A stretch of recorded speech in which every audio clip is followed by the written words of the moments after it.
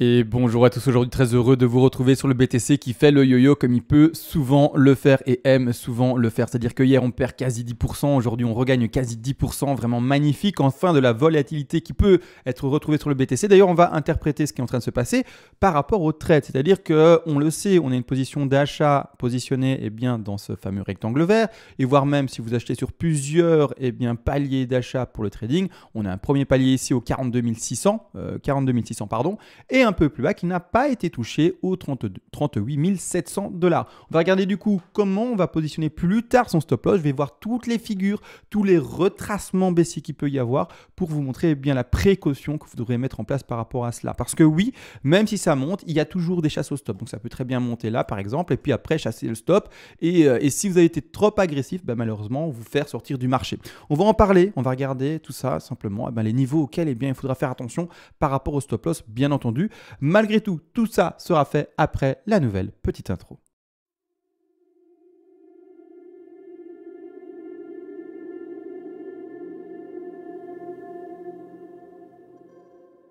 Avant de commencer, tu peux soutenir la chaîne, ça fonctionne par palier de donation. Tu auras accès au PDF expliquant les vagues et les fibos. Ce PDF a été écrit de manière concise pour ne pas te prendre pour un idiot, c'est-à-dire qu'on va à l'essentiel pour que tu puisses tout lire et tout apprendre et par après être autonome par toi-même et non pas te vendre des pages du kilo, que sais-je, pour après faire de la musculation ou bloquer l'eau qui passe sous les portes quand il y a des inondations. L'objectif n'est absolument pas là. Et également, si tu es un énorme donateur, tu pourras me demander une analyse en particulier sur l'actif spéculatif de ton choix et je le ferai en privé pour toi, bien entendu, en vidéo le plus rapidement possible. Maintenant que les donations sont expliquées, let's go directement pour l'analyse du BTC. Et ça y est, on se retrouve enfin après l'intro, on se retrouve directement sans transition sur cette fameuse analyse. Alors hier, on l'a vu, la ABC, ça a enfoncé un peu plus, vous l'avez vu, on a atteint ici clairement, je vais retirer d'ailleurs un peu les dessins, on a atteint ici les 39 586 $. C'est-à-dire que dans le tout petit décompte, on a été rechercher une vague qui s'est exprimée avec une dernière 5. Alors pour ma part, hier, j'étais avec vous dans la construction de ceci. Clairement, en fait, la 3 se pose ici, en fait, le rebond de 4 et de la 5. On a également, alors attention là, du coup, c'est mal positionné, on voit tout mal, 3 et 4 et puis maintenant 5. On voit également en horaire la divergence qui se marque encore plus tout simplement que hier. Donc ici, tout se passe bien pour le moment dans cette configuration-ci. Malgré tout, on va regarder du coup directement, comme je l'ai dit en début de vidéo, l'avancement du trade potentiel que vous aurez pris par rapport au stop loss. Je rappelle, le stop loss pour le moment, si vous êtes très défensif sur vos positions, a été posé très bas. C'est-à-dire qu'il a été posé aux alentours simplement des 28 600 $. Je rappelle, c'est pas inintéressant d'être vraiment très large sur son exposition par rapport au stop loss, étant donné qu'on va jouer un pump assez intéressant. D'accord, un pump qui peut monter théoriquement à minimum 88 600 $. Donc, à vous de voir toujours le ratio, l'exposition, etc. Par rapport à cela, très simple, prenez votre outil. Maintenant, encore une fois, je le montre, mais clairement, normalement, vous savez le faire. Si vous faites du trade, si vous ne faites pas de trade et que vous ne savez pas ce que c'est un risk management, des ratios, etc., clairement, ne faites pas de trade. En fait, arrêtez tout de suite parce que vous allez sûrement vous faire peur. Disons que vous ouvrez votre trade sur ce premier petit rectangle vert ou un peu plus bas si, pour vous, le contexte vous l'a permis. N'empêche, on fait ceci. On agrandit l'exposition par rapport au stop loss le plus large et on va chercher ici le prix minimum que l'on attend. On a ici, comme on le voit, un ratio de 3,27. Ce n'est pas mauvais. Je rappelle tout de même, étant donné qu'on va mettre des take profit partiels et des choses comme ça en place, donc c'est-à-dire plusieurs paliers de revente, ce n'est jamais exactement en fait les 3,27 qui sont réellement pris en compte dans son bénéfice. D'accord, donc c'est pas un réel ratio de 3,27. Pour faire très simple et avoir un ratio simplifié du coup et se dire est-ce qu'il est quand même bon ou pas, on le divise par 2. 3,27 divisé par 2, on a 1,60 et plus. C'est un bon ratio tant qu'il est supérieur à 1. S'il est inférieur à 1, on commence à hésiter, on se dit j'ai pas envie clairement de le prendre. C'est même pas on commence à hésiter, normalement on ne le prend pas. D'accord, si vous le prenez, c'est que vous êtes plus agressif et que vous êtes peut-être extrêmement finalement confiant par rapport à votre décompte et au trade que vous avez pris. Mais clairement, normalement, dans la théorie, on ne prend pas un trade qui est inférieur à 1 vis-à-vis du ratio de gain potentiel. C'est-à-dire qu'ici, dans ce contexte-ci, il est intéressant avec un ratio, c'est-à-dire avec une exposition aussi longue, en tout cas aussi grande. Si vous serrez plus, d'accord, votre stop, par exemple, vous dites, moi j'ai mon stop au niveau des 35 000 sur les tout derniers gros niveaux de support et de fluctuation ici qu'on a connu précédemment, vers les 35 000, 36 000, vous pouvez. À ce moment-là, vous le voyez, le ratio sera plus intéressant. Mais ça, c'est votre petite popote à vous. Moi, ici, je montre le cas théorique de la personne la plus défensive, et la personne la plus défensive ici est dans en tout cas la bonne direction et peut prendre ce trade sans paniquer entre guillemets par rapport à ce qu'il peut proposer comme gain. Malgré tout, ici, ce qui m'intéresse, c'est voir toute la suite. Alors, premièrement, on rappelle, on est dans la construction d'une 2 en bleu, d'accord? La 2 en bleu, pour le moment, d'ailleurs, je suis en 4 heures, il y a trop de bougies. On va passer ici en daily pour avoir moins de bougies, pour pouvoir voir les choses plus clairement à l'écran. On rappelle une correction de 2 à 73% de chance de terminer dans cette zone verte, c'est-à-dire, en fait, c'est très simple, les 50 à 61,8% de Fibonacci. Donc, je vais étendre le Fibo pour le remontrer pour ceux qui n'auraient pas vu la vidéo d'hier. 50 à 61,8, un peu caché pour les bougies ici, mais faites-moi confiance, c'est bel et bien ce qui est indiqué, bien entendu, sur le Fibonacci. De cette manière-là, on indique le rectangle vert et c'est la zone d'achat théorique, là où en tout cas les corrections vont rechercher la zone de rechargement et où on rebondit, où il y a un très fort niveau de support. Rien, je le rappelle, n'empêche à une de plus basse, à aller plus bas, c'est juste que les statistiques seront plus faibles. On a 73% de chance là, donc on joue plutôt un trade dans cette zone-là, d'accord? On ne va pas s'amuser à se dire, j'attends les 76,4 par exemple. Vous pouvez, mais c'est les statistiques les moins basses du coup. Vous aurez moins de chances de retrouver un retracement si profond, même si les deux peuvent le faire, d'accord? Attention à ça, on pourrait toujours jouer avec normalement les statistiques de son côté. Malgré tout, on n'oublie pas que la 2 n'est pas pour autant forcément finie, d'ailleurs hier, d'accord, dans l'expression de la journée du 21, et qu'au contraire, elle est peut-être encore occupée de s'effectuer. Qu'est-ce qu'il y a du coup à savoir pour rester prudent dans l'évolution de la tenue du trade par rapport au fait de monter son stop loss? Je rappelle, stop loss c'est un ordre qui va vous sortir de trade, d'accord? Donc clairement, on va regarder ça ensemble. Premièrement, soit on est fini, et là, ça pump est tant mieux, et de manière infinie, ça pump, et à ce moment-là, on va monter son stop loss, mais j'expliquerai après, d'accord?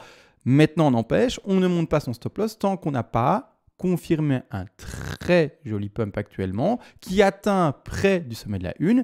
Et attention, vous allez voir que je prends mes précautions tout de même parce que, comme dit, la 2 n'est peut-être pas finie maintenant. Peut-être qu'en fait, elle va s'étendre avec peut-être des figures qui sont très bullish, il est vrai, mais qui vont faire des retracements très puissants. Alors, c'est-à-dire qu'à ce moment-là, on va prendre ensemble une ABC. Ceux qui s'y connaissent un peu vont savoir ce que je vais dessiner, mais une ABC, par exemple, en flat. Une ABC en flat, c'est soit qui atteint presque, du coup, voire même pas presque, mais presque le top, c'est-à-dire les 90-100% de Fibonacci, d'accord? Ou également, une flat peut atteindre avec la B les 123 à 127% de Fibonacci. C'est-à-dire que maintenant, je vais mettre quand même de manière très visible, parce que là, je constate qu'en effet, elle est mise presque en retrait avec l'autre degré. Donc ici, je la mets comme suit, entre parenthèses. Et le petit degré ABC qu'on a travaillé ensemble hier, je le mets maintenant en retrait et vraiment très très léger. Je vais trouver ici une couleur vraiment beaucoup plus pastel. De cette manière-ci, je vais vous montrer le rebond et ensuite la correction à laquelle il faut faire attention, c'est cette fameuse C-ci. Donc, premièrement, si on se retrouve dans ce contexte-là, que là maintenant ça peut un peu bien, et vous dites ah mais on est sorti d'affaires, on atteint de nouveau les 49 000, 50 000, etc. Attention, ne prenez pas votre stop et ne le mettez pas directement. Je le mets directement à ce dernier niveau de support. Ici précédemment 47 000. Non, ce serait une erreur. Pourquoi? Parce que si on se retrouve dans une flat, on peut très bien, comme dit, donc je remets mon stop là-bas en dessous, d'accord, là-bas en dessous, hop, là sur les derniers bottoms, les triples bottoms pratiquement qu'on a connus. C'est-à-dire qu'on peut très bien en fait monter jusqu'à 123% de Fibonacci, d'accord, là où je l'ai placé, pas mal, vraiment haut la main, bravo, et ensuite retrouver un retracement qui peut être les suivants, 123, 161,8 dans le cas d'une flat en étendue, voire même plus faible à ce moment-là, et tant mieux, alors c'est-à-dire qu'il y a une chasse au stop qui est plus faible, mais retrouver les 61 ou les 100% dans le cas d'une flat en running. Le pire, entre guillemets, ce serait de faire une flat en étendue pour la chasse au stop. C'est-à-dire qu'en fait, on monterait jusqu'à 123, c'est-à-dire jusque tout de même les prix des 56 000, chasse au stop par après avec la dernière C, qui elle va retrouver son extension des soit, comme j'avais dit, 123 ou 161,8% de Fibonacci. De cette manière, on va le mettre ensemble et montrer les niveaux qui sont intéressants à observer. D'accord? Donc jusqu'où et jusqu'à quand il faut être prudent. À ce moment-là, on regarde tout de même la prudence dans le cas d'une chasse au stop en étendue nous préconiserait le fait de monter à maximum, même si on fait un nouveau petit plus haut jusqu'aux 56 000 et qu'il y a ce retracement à ce moment-là, on reste prudent parce qu'on peut très bien aller chercher les 161,8 de correction. Donc ici, le niveau limite, clairement, ce serait bien les 161,8. Donc on peut faire ça, ça s'appelle une flat en étendue. C'est le plus beau des pièges pour ceux qui passent directement boule et qui veulent acheter le marché à fond et être trop agressifs par rapport à l'exposition. Encore une fois, ça c'est le contexte des personnes très défensives. Si vous êtes plus offensif, vous dites non, le marché est très boule, etc. On va sortir de ça de manière très rapide, etc. Vous pouvez le faire, d'accord, bien entendu. À ce moment-là, vous allez parier sur le potentiel d'une flat en running. Qu'est-ce qui va se passer à ce moment-là? Je le rappelle, d'accord? C'est que la flat en running va s'exprimer, je vais mettre un gros rectangle, d'accord? Je vais mettre un rectangle entre les 61 du coup et les 100 qui se retrouve ici. Je vais le mettre en jaune, comme ça on voit l'objectif de la vague jaune qui est ici à l'écran, c'est le repère qui est ici, d'accord? Et à ce moment-là, vous jouez sur une running, vous dites, comme moi de toute façon je suis rentré, eh bien, soit dans ce premier palier des 42 600, soit plus bas, mais qui n'a pas encore été touché. Mais encore une fois, on ne sait jamais. Peut-être qu'on va aller le rechercher et à ce moment-là, tant mieux, jackpot, deuxième palier de trade ouvert, etc. Tant mieux pour vous. Mais bon, normalement, on verra. Normalement, ça devrait être parti, un beau pump ici et j'espère que la figure prend enfin. Malgré tout, à partir de ce moment-là, vous vous dites, je prends cette précaution-là et je vais monter mon stop loss. Eh bien, tout simplement de manière plus agressive, légèrement en dessous des 100% de Fibonacci, parce qu'à ce moment-là, on l'a compris, on joue sur soit une flat en running, désolé, il y a beaucoup de choses à l'écran, je vais retirer légèrement la bleue, comme ça on a compris, ça c'est le degré supérieur, et à ce moment-là, et je vais retirer ici également, voilà, comme ça il y a beaucoup moins de choses, voilà, là c'est mieux, ça c'est beaucoup plus net. Et là, ici, mon stop, je le mets bien droit. C'est-à-dire qu'à ce moment-là, on va chercher, et l'objectif d'une flat en running, je l'avais dit, 61,8 ou 100. C'est-à-dire que, théoriquement, on va chercher ces 100-là, et c'est-à-dire un retour, même dans le cas de plus optimiste, eh bien, ces fameux 42 666 $, le chiffre du diable. Il faut comprendre que, du coup, la personne peut être agressive, mais en faisant ça, elle est quasi à son point d'entrée, voire au-dessus. D'accord? Donc, je vais refaire, parce que ici, eh bien, j'ai eu un peu du mal par rapport... Il me faut quand même la référence par rapport au premier point d'entrée, en fait. Le premier point d'entrée, c'est les... Excusez-moi, il y a beaucoup de choses à l'écran, mais c'était ici, les 61,8. Voilà, et là, je le mets en vert. D'accord? Là, d'office, normalement, quelqu'un qui voulait rentrer en trade est rentré dedans à ce niveau-là. D'accord? Voilà, de cette manière-là. Donc, de cette manière-là, en mettant son stop, soit légèrement en dessous ou à son point d'entrée, c'est-à-dire clairement eh sur l'objectif même de l'extension de la grande A, B, C en flat running. À ce moment-là, vous n'avez plus d'exposition. D'accord? Si vous montez à votre point d'entrée qui était là et qui est indiqué là maintenant avec l'objectif de C, vous n'avez plus de perte potentielle vis-à-vis du stop loss. Vous avez encore et toujours, il est vrai, si vous avez des frais ou des choses comme ça, normalement, pour également assurer ces frais-là, vous aurez pris un take profit partiel de sécurité, c'est-à-dire prendre un tout petit bénéfice sur le petit pump qu'il peut y avoir, juste pour se dire, voilà, au moins je vais payer les frais, je vais faire un léger bénéfice, même si c'est rien, d'accord? Vaut mieux faire toujours un léger rien de bénéfice qu'un léger rien de perte ou un gros rien, ou plutôt même un énorme de tout et bien de perte. Donc vraiment, on fait attention à ça et on fait méthodologiquement la tenue de son trade au mieux possible. De cette manière-là, vous aurez compris, les personnes plus agressives vont bien normalement limiter, voire annuler leur perte potentielle, mais prendre le risque de se faire sortir de son trade. D'accord? Ça, c'est l'inconvénient de cette manière de faire. Malgré tout, les personnes plus défensives qui vont rester dans ce trade-là et se dire, moi, j'ai envie de jouer le gros mouvement, parce qu'on l'a vu hier, on peut monter jusqu'à minimum prix, donné aux alentours des... Prends le point ici des 88 000 $, c'est tout de même un bel objectif minimum. À ce moment-là, elle se dit non, moi je veux rester dans ce trade-là, j'ai pas envie de louper l'occasion et donc je me mets de manière très défensive dans cette position-ci. C'est à vous de voir. Soit vous voulez vraiment avoir un ratio grand, également avoir une rentabilité peut-être plus intéressante par rapport à ce ratio-là et surtout également un risque management différent par rapport à la perte potentielle. D'accord? Donc vous allez du coup vite annuler cette perte potentielle en montant haut votre stop loss. À vous de voir. C'est à vous de jauger, à vous de voir comment vous voulez faire. Malgré tout, moi je donne tous les cas de figure. Le plus offensif, le plus défensif, bien entendu.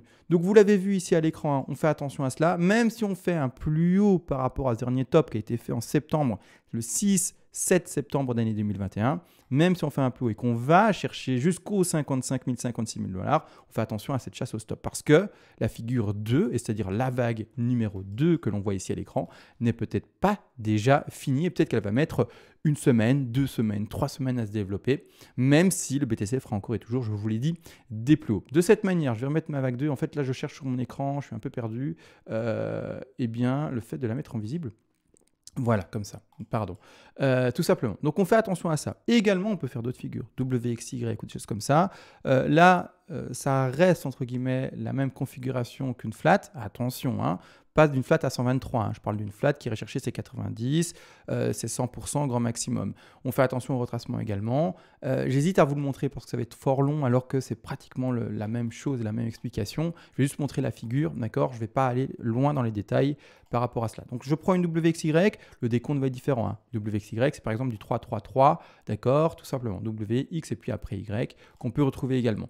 WXY ici à l'écran, attention, le retracement d'une X peut atteindre les 100% de Fibonacci de la vague W, donc il peut rebondir très fortement, mais ne pas dépasser sa racine. S'il dépasse la racine qui est ici, donc je le mets en jaune, comme la figure précédente, hein, pour montrer qu'on est dans la même genre de figure et qu'on parle de la même chose pratiquement, sauf que c'est une autre dénomination et un autre décompte dans les sous-vagues. Dès que la X dépassera sa racine, d'accord, W, donc racine, WX, elle ne pourra pas faire ça. Ça n'existe pas. Une X qui va au-dessus, ça n'existe pas. La X est en dessous. D'ailleurs, c'est ça qui vraiment va également permettre de différencier de si on est dans une flat ou dans une X, d'accord? Parce que sinon, on voit tout et n'importe quoi et c'est un grand schmilblick. Il y a quand même quelques règles qui peuvent aider à déterminer les choses. Donc ici, la X de toute manière va se retrouver dans un rebond et puis termine Y. Donc ici, on a 3 vagues. C'est pour ça que je vous montre la flat et la WXY potentielle également. D'accord? Après, il y a d'autres figures encore plus complexes. WXY, XZ, on ne va pas en parler, on va rester prudent là-dessus. De toute manière, le stop loss doit être monté doucement, d'accord, et avec des confirmations de figure. C'est-à-dire qu'une fois qu'on aura vécu, que sais-je, soit directement, d'accord, alors je le supprime, soit directement une 2 finie. Et c'est-à-dire, par exemple, où sont mes flèches? Un pump et qui dépasse tout et qui déclenche tout, 60 000, 65 000, etc. etc. À ce moment-là, ok, on peut être plus agressif sur son stop et se dire, ben voilà, toutes les figures qui allaient chercher ces 123% de Fibonacci, par exemple pour la flat, ne sont potentiellement plus finies, parce qu'il y a toujours extension, etc., bien entendu, hein, il y a des exceptions, mais autrement, si on reste dans la théorie la plus conventionnelle, eh bien, je peux être plus agressif sur mon stop loss et monter avec mon stop. Malgré tout, tant qu'on n'a pas ce pétage des 123% de Fibonacci de retracement, eh bien, on reste prudent, très prudent avec son stop loss. Donc voilà, là, vraiment, j'ai mis beaucoup l'accent là-dessus parce que ça me semble très important, d'accord? Parce que oui, vite, on a envie de monter son stop parce qu'on est enfin dans le vert, mais attention si vous voulez tenir votre trade pour un certain temps. Malgré tout, maintenant, le travail fait hier pour la hausse de ce qu'on décompte aujourd'hui est toujours bon. Hier, je rappelle que j'ai fait l'objectif minimum à atteindre pour ceci. Je vais quand même montrer une chose également, c'est que là, le travail a été fait pour un objectif des 88 000, mais tout de même, il faut avoir conscience qu'on se retrouve dans un degré beaucoup plus grand et que ce degré plus grand nous invite normalement à aller voir plus haut. Donc, ce que je vais faire aujourd'hui dans la vidéo, c'est ça également, c'est vous montrer ce degré qui est plus élevé, le mettre en évidence ici, hein, donc là j'ai pris un espèce de rose, un rose qui tire un peu vers le framboise, tout simplement pour vous montrer qu'en fait, cet objectif des 88 000, je l'ai abordé, pour vous montrer la hausse minimum de cette première vague, mais il peut y avoir des extensions également, et quel est l'objectif minimum du coup de ce degré qui est plus important que l'on voit ici à l'écran pour aller chercher plus haut. Donc ici, je rappelle, hein, regardez bien, on est dans un très grand degré haussier. On ne va pas parler du reste parce que là, ça monte to the moon et c'est pas tout de suite. Hein. Là, on laisse le temps au BTC de se développer, bien entendu. Mais on se retrouve bel et bien avec la fin d'année 2017, début d'année 2018, jusqu'ici, double bottom pratiquement jusqu'en 2020. Et puis après, le nouveau marché bullish que l'on voit ici à l'écran. D'accord? De cette manière-là, je vais repasser maintenant en weekly. Beaucoup de choses à l'écran. Je suis vraiment désolé. Je vais essayer de rendre ça un peu plus visible. De cette façon-ci, je mets d'ailleurs ceci en retrait. Comme suit, boum, avec un degré vraiment plus petit également. Comme ça, on ne voit pas trop de choses à l'écran. Et c'est parti. C'est-à-dire que l'objectif sera, comme toujours, minimum 161,8 pour ce grand degré qui est ici en framboise, hein, en couleur un peu rose. L'objectif minimum du coup à l'écran, c'est ça. D'accord? Les 161,8. Donc, juste pour la 3 en plus de ça. Donc ici, clairement, là, on nous invite, ou en tout cas les Fibonacci, les extensions, nous invitent à avoir un prix du BTC à minimum 123 000 $ pour la vague haussière qu'on connaît actuellement. C'est-à-dire que là, les petites bougies vertes qui sont en train de s'indiquer sont le début d'un mouvement qui va aller jusqu'à minimum 120 000 $, 122 000 $. Et encore, cette 3-là peut aller jusqu'à, vous le savez très bien, maximum théoriquement 423,6. Et là, c'est un objectif, bon, laissons tomber, c'est à 275 000. Pour le moment, on n'y est pas. On va d'abord regarder comment les choses se développent et on reste toujours avec cet objectif minimum. Mais c'est-à-dire que là, d'accord, il faut avoir conscience qu'on va probablement et avec forte chance avoir une extension sur 3 pour pouvoir aller rechercher ces objectifs minimums ici, d'accord? Sans oublier qu'en plus de cela, après, il y a une 4 à effectuer, que la 2 ici dans le degré plus grand, c'est-à-dire dans le degré framboise ici, hein, que l'on voit ici à l'écran, a été chercher parfaitement ces 50 à 61,8% de Fibonacci, hein, d'accord? Donc hop, je vais vous le montrer. Parfaitement, boum, 50, 61,8, zone de recharge, zone d'achat, c'est un peu ce qu'on répète maintenant, hein, 50, 61,8, la même chose, etc. et puis après on rebondit. Donc là, comme on est sur une théorique propre à 73% de statistiques de finir entre les 50 et les 61,8% de Fibonacci de retracement, et bien tout simplement, on va aller chercher une 4 qui va également retrouver sa zone statistique qui se retrouve vers les 38,2 et voire même précisément en fait le Fibonacci est 38,2. Donc la prochaine zone de recherche à ce moment-là, eh bien c'est un retracement 38,2 je pense que j'avais dit 23,6. Je suis désolé, si je n'ai pas dit 38,2 c'était 38,2 que je voulais dire. Donc ici correction jusqu'à 38,2 et enfin la dernière 5, vous le savez également, qui elle aura ses différents objectifs. Et là, pour celui qui veut tenir son trade plutôt longtemps, c'est-à-dire pas juste 2 jours, d'accord, on s'entend bien, plusieurs semaines, plusieurs mois même peut-être, à ce moment-là, mettre 3 take profit partiel ultime, entre guillemets, c'est vraiment le grand objectif de ces vagues que l'on voit ici en rose. Si tu veux tenir ton trade plus longtemps, tu le peux. Il y a des vagues jaunes après, et puis après il y a des vagues bleues, bref, on s'est compris. Mais là, il faut prendre les précautions par rapport au retracement et pas se faire sortir trop vite de ce trade vis-à-vis en tout cas du temps que tu te seras donné, entre guillemets, sous la tenue possible de ce trade-là, bien entendu. Voilà. Donc de cette manière-là, je vais finir enfin les dernières vagues ici, hein, d'accord? C'est-à-dire que clairement, celui qui joue ce trade-là, donc c'est-à-dire ces très très grandes vagues, eh bien il va jouer 3 TP qui sont principalement eh bien, les 100, ensuite les 161,8 et également les 261,8% de Fibonacci. Je vais mettre 3 TP du coup, hop, donc ici 3 TP c'est en rouge parce que c'est la couleur de vente, il ne faut pas le nier, et le vert c'est plutôt la couleur d'achat, en tout cas pour l'ouverture de trade, position de long ou position de short, et de cette façon, eh bien, il placera 3 TP qui sont sur des prix qui sont très ambitieux, il est vrai, mais qui sont réalistes, tout à fait réalistes. C'est-à-dire, première zone dans laquelle on pourra attendre le BTC, c'est-à-dire 145 000, d'accord. Ensuite, également, on va retrouver les 180 000 et pour terminer, les 261,8% de Fibonacci. Donc, il faut bien comprendre pour le néophyte, je ne dis pas dans cette vidéo qu'on va d'office à 238 000 $. Je dis qu'on doit mettre des stratégies de revente par palier et que les zones dans lesquelles il y a des freins forts, on va prendre des take profit partiels, c'est-à-dire des bénéfices sur son trade. À ce moment-là, on prend eh bien, un bénéfice sur les 100 qui sont un objectif principal, bien entendu, sur les 161,8 et également les 261,8. Donc, clairement, des grosses zones de frein dans ces zones-là. Et donc, on prend du bénéfice sur son trade, bien entendu. Parce que celui qui ne prend jamais de bénéfice, malheureusement, eh bien, s'il y a un gros retracement, eh bien, il va se retrouver avec trop peu de bénéfices vis-à-vis de son stop loss qui aura peut-être été déplacé en termes de stop profit au-dessus de son point d'entrée, ou voire même jamais déplacé son stop loss, grosse chasse au stop et que sais-je, on va rechercher son prix d'achat et là, zéro bénéfice pour lui. Donc attention à ça. Donc ici, clairement, pour bien visualiser les choses, c'est-à-dire que par exemple, 1, 2, 3, 4, eh bien, elle peut terminer là, pour donner un exemple, elle peut terminer là, elle peut terminer ici, et c'est le degré qui est en dessous en rose qui complète ce degré supérieur. C'est comme, je le dis souvent, des poupées russes, bien entendu. Et de cette manière-là. Et après, on construit la suite, bien entendu. Là, ça sera fait dans l'avenir. Là, c'est mis haut la main pour le moment. D'accord? Donc, on fait attention à ça, à tenue de trade. À vous de voir ce que vous jouez, bien entendu, par rapport à ça. Mais voilà, on voit déjà que l'objectif minimum de 3 est assez ambitieux vers les 120 000 $. Donc, que du bon, en fait, que du bon. Aujourd'hui, d'ailleurs, on va voir Shimoku, d'ailleurs, parce que je ne l'ai pas fait hier. Je vous ai dit qu'il n'y a pas grand-chose à voir sur Ishimoku, mais on va quand même le faire. Je suis en weekly, on va d'abord passer en daily. Et puis repasser en weekly pour montrer où est-ce qu'on en est, etc.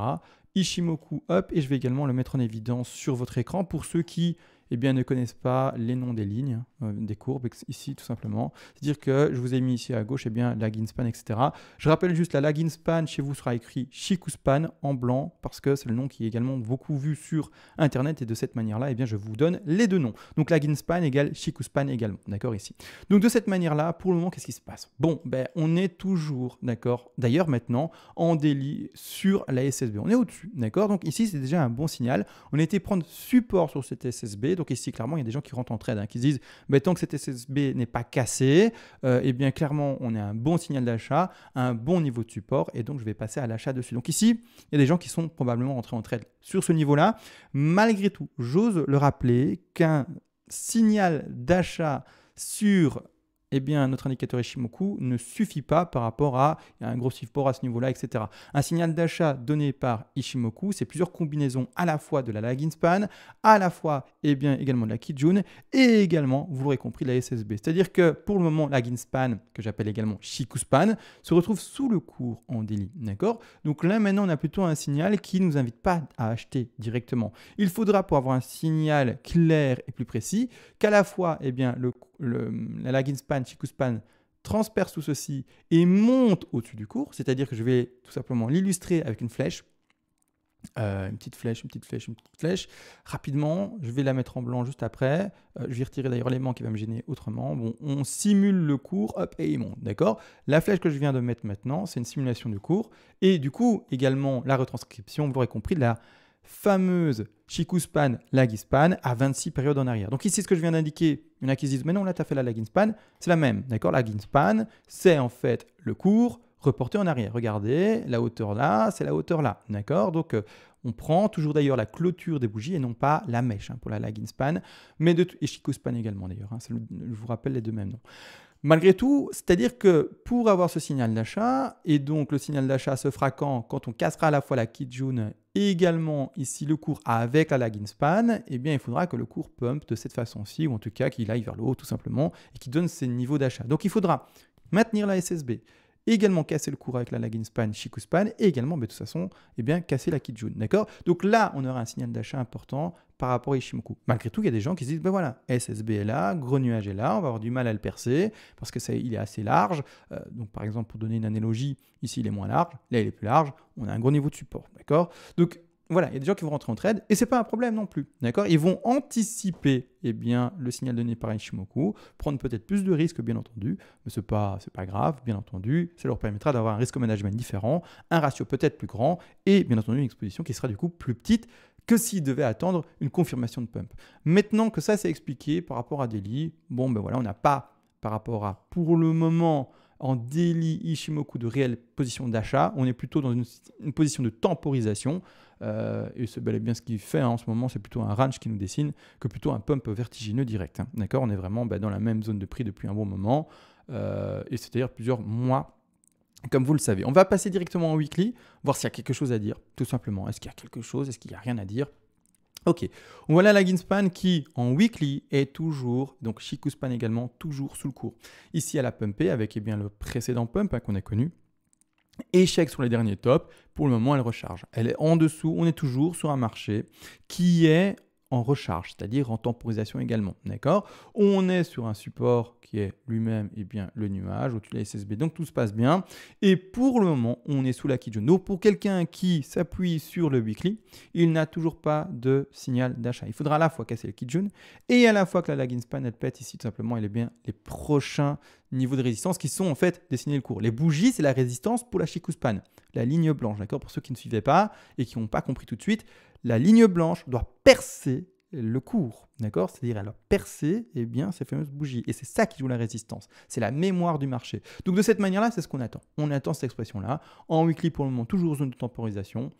Bon, du coup, voilà, tout simplement. Également, pour les investisseurs, il y en a qui se disent, du coup, je fais quoi? J'achète du BTC? Oui, non, je suis un investisseur. Je ne suis pas un trader CMA. Qu'est-ce que je fais, moi? Je t'invite à regarder la vidéo que j'ai faite il y a de ça une ou deux vidéos, 2-3 vidéos peut-être, et regarde bien.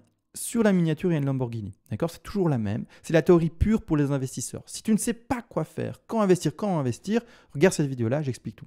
J'explique les paliers, les différentes stratégies d'investissement selon quel indicateur, etc. Je t'invite à aller voir ça. D'accord? Je vais pas aller reparler de quelque chose aussi simple pour moi, mais qui, à mon avis, doit être connu de tous parce que c'est le b.a.-ba des choses, bien entendu. Donc, nous retourne à 2-3 vidéos en arrière. La vidéo où sur la miniature, il y a une petite Lamborghini dont l'image en bas à droite. Tu cliques dessus et tu regardes. Maintenant, on a tout vu. Ishimoku, je vous l'ai dit, pas grand-chose à part pour le moment en phase de temporisation, pas de signal d'achat réel. Que ça soit en weekly ou en daily, pour le moment, on est de nouveau dans une phase de recharge et on attend, bien entendu. Donc voilà. Donc pour le moment, indécision par rapport à Ishimoku et pas de signal franc. Maintenant, je pense avoir vraiment tout dit. Voilà, j'essaye d'être le plus complet possible maintenant. Également, j'avais pensé à montrer un indicateur par rapport à la peur, si vous voulez, c'est-à-dire une petite analyse du retour émotionnel que l'on peut retrouver sur l'expression Internet, etc. Et également sur d'autres indicateurs, bien entendu. Mais j'ai oublié de mettre la page en arrière-plan pour en parler, donc on en parlera à mon avis demain. C'est le grid index, d'accord? Comme ça, ceux qui se demandent de quel index je parle, on parle de celui-là. Bien entendu, le FEAR index ou le grid? Je ne sais plus. Je ne sais plus le nom exact. Je vais regarder après, tout simplement. Mais bon, on en parlera demain, bien entendu. Et sur ce, on se voit à la prochaine. Ciao!